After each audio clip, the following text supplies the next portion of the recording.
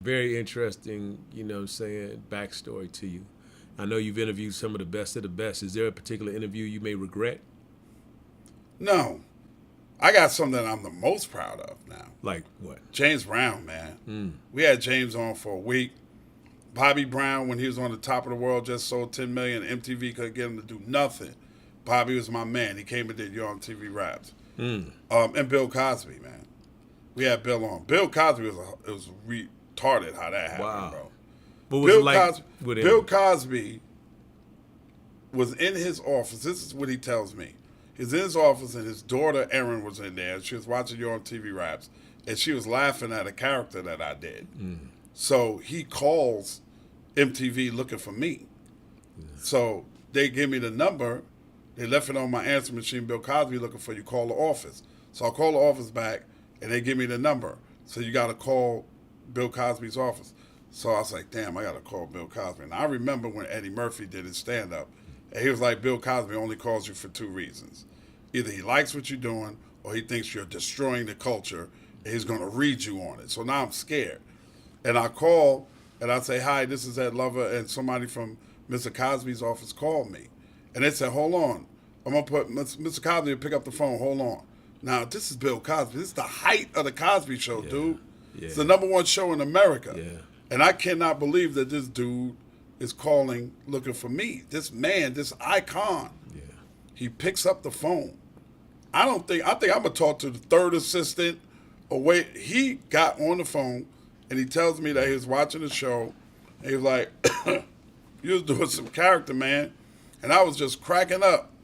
And I liked it. And he said, my daughter likes it, and I like it. And I said, thank you, Mr. Cosby. No, call me Bill. And he goes, I'm going to come on that show. Wow. And then I'm going to have you on my show. And I'm Cosby like, Show. Yeah. Let's be clear now. Yeah. The Cosby Show, bro. Okay. And he came. Wow.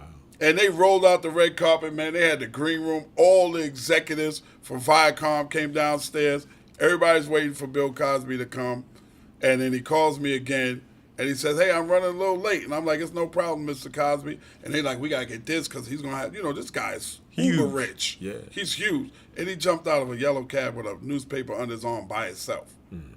And he did a week worth of you on TV. So I got to ask you this. What were the execs saying to you when you made that happen? They couldn't believe it, man. You were the man. They could not believe that Bill Cosby came to hang out with Ed Lover and Dr. Dre. Yeah. And the funny thing is we were shooting, and everybody now is on the floor. Now, normally, there's a cameraman and a producer and another producer in the booth, handle everything. And he looks at me, he goes, is this usually what it look like when y'all doing this? I'm like, nah, it's just like me and Trey, T-Money, the cameraman, and my man right there.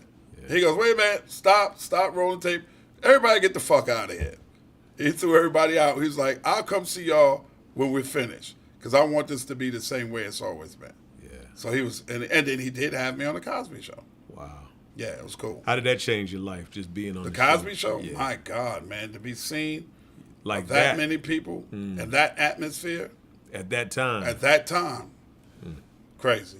Yeah, that's huge. What was it like with James Brown? I was kicking it with him. Oh my God, the Godfather of Soul, the man whose music is the foundation of most great hip hop records. It's been sampled probably more than anybody else in the history of music, right? Especially that era in New York. Yeah.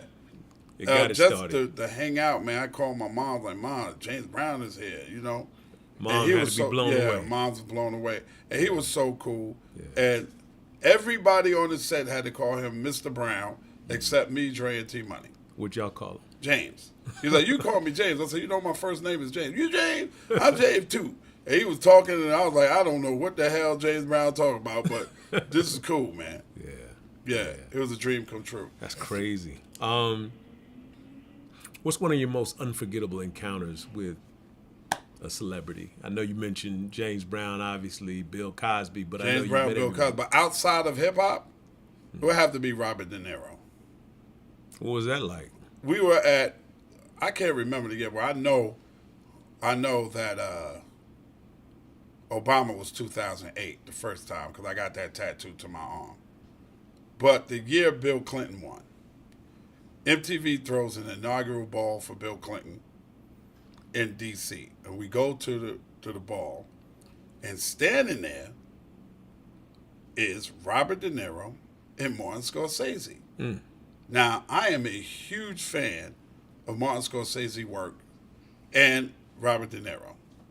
So I wait. So, okay, I'm going to go over here and say something. I don't know what I'm going to say.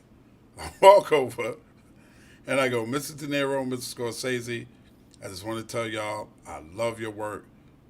I'm a huge fan. And Robert De Niro goes, wait a minute. I know you. You're Dr. Love, right? He goes, Martin, this is Eddie Dre. This is Doc Love. I said, no, I'm Ed Lover. He goes, all right, I got a kid. He watches your yo raps, the thing you do. He watches it all the time. I know you. En Vogue just finished performing. He goes, could you introduce me to En Vogue? Could you do that for me? Would you introduce me to En Vogue? Yeah. Now, everybody knows De Niro notoriously loves black women.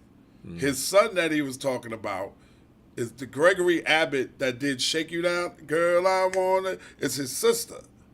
Robert De Niro had a kid with her.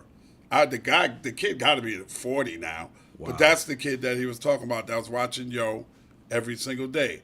And I went and got the person in charge of all the artists, and I took Robert De Niro and Martin Scorsese backstage, and I introduced them to En Vogue. You get all the cool points there. Yeah, all the cool points, bro. Man, has anybody rolled up on you like in a way where it was completely unexpected? That may have been a celebrity, and you were just out, and they're like, "Yo."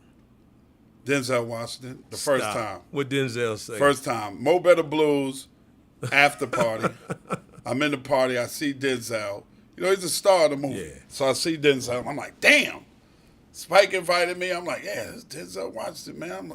And it was just so many people around him that I was like, I don't want to bother him. You know, I'm not the kind of person that bothers people. I want to tell people how much I enjoy their work and I'm a fan. And I fan out. But it was Denzel, man. And I'm like, I used to watch this dude on Carbon Copy. Like when he first started acting, I just knew he had it. And I'm looking at him, I'm like, damn, Denzel Washington. And I'm just standing there, and I go to the bar, and I get a drink. And he tapped me on the shoulder. He goes, Ed Lover, you're taller than you look on TV, bro. I was like, oh, fucking my God. And we just had a great conversation, man. And we've been cool ever since, man. That's what's up, man. Yeah, D is my guy. Yeah.